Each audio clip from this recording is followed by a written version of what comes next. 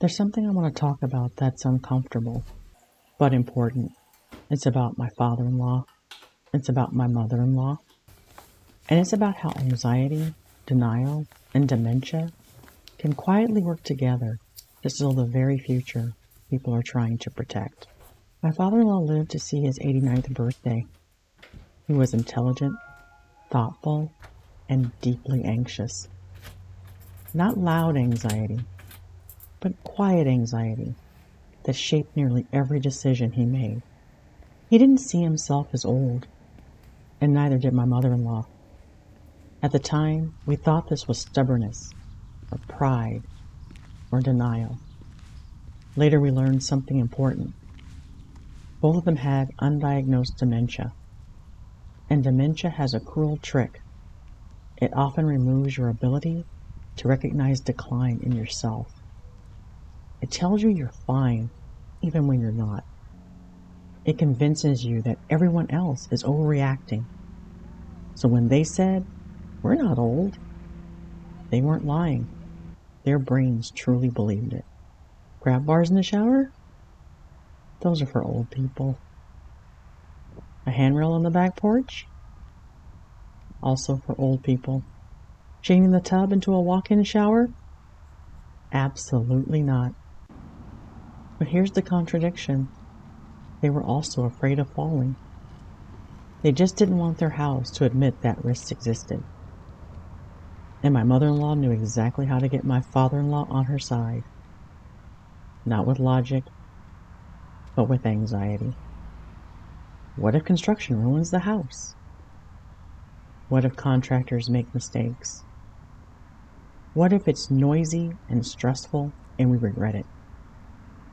And because his anxiety was already there, that was all it took. So nothing changed. Appliances broke and they wouldn't replace them, not because they couldn't afford it, but because he was convinced that the moment he bought something new, better technology would appear and his would be obsolete. So they lived with failing appliances. Old TVs, a refrigerator that barely worked. If we didn't buy those things as gifts, they never would have had new ones. And the house they were so desperate to protect, came harder and harder to live in.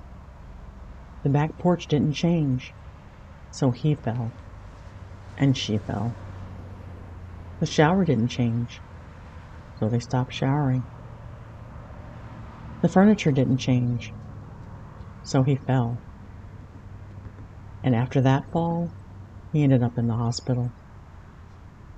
Before he could be discharged, a home health nurse came to inspect the house. She didn't hesitate. She said we needed grab bars in the shower, grab bars in other areas, and the tub should be replaced with a walk-in shower. This wasn't family opinion. This wasn't us being dramatic. This was a medical professional saying, this is necessary. But instead of saying yes to the remodel, instead of letting the house change to support them, they fought us. Hard. Because fear, denial, and dementia had already decided for them. Fear of construction, fear of disruption, fear of admitting what this stage of life required. And here's the part that still gets me. We later learned that my father-in-law was secretly afraid to shower in his own bathroom. He was afraid he'd fall, afraid he wouldn't be able to get up. Eventually, we had to assert ourselves. We scheduled the remodel anyway. We knew it was the right thing. We knew it was overdue. The walk-in shower was finished, and he never used it. He wasn't alive by the time the work was done. And that's the part that still sits heavy with me. Because of all that resistance, every argument, every delay, every "we're not ready for that yet," did the opposite of what they wanted. And instead of preserving their independence, it took it away faster. My father-in-law thought he was protecting the house. What he really needed to protect was his ability to live inside it. My mother-in-law thought she was keeping things normal, but dementia doesn't preserve normal. It freezes it, even as reality changes underneath you. This experience taught me something I wish more people understood. Anxiety feels like caution, denial feels like strength, and cognitive decline often hides behind confidence. Preparation is not surrender. Installing grab bars is not giving up. Changing a shower is not admitting defeat. Accepting help is not failure. It's respect for your future self and for the people who will eventually have to help you.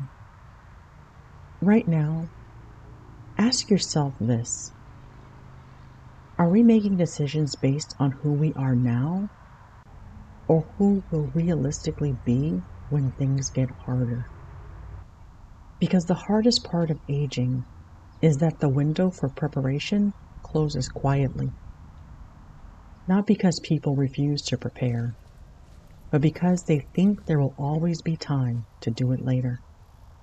And by the time there isn't, the conditions that make preparation necessary are often the same ones that make it feel unnecessary.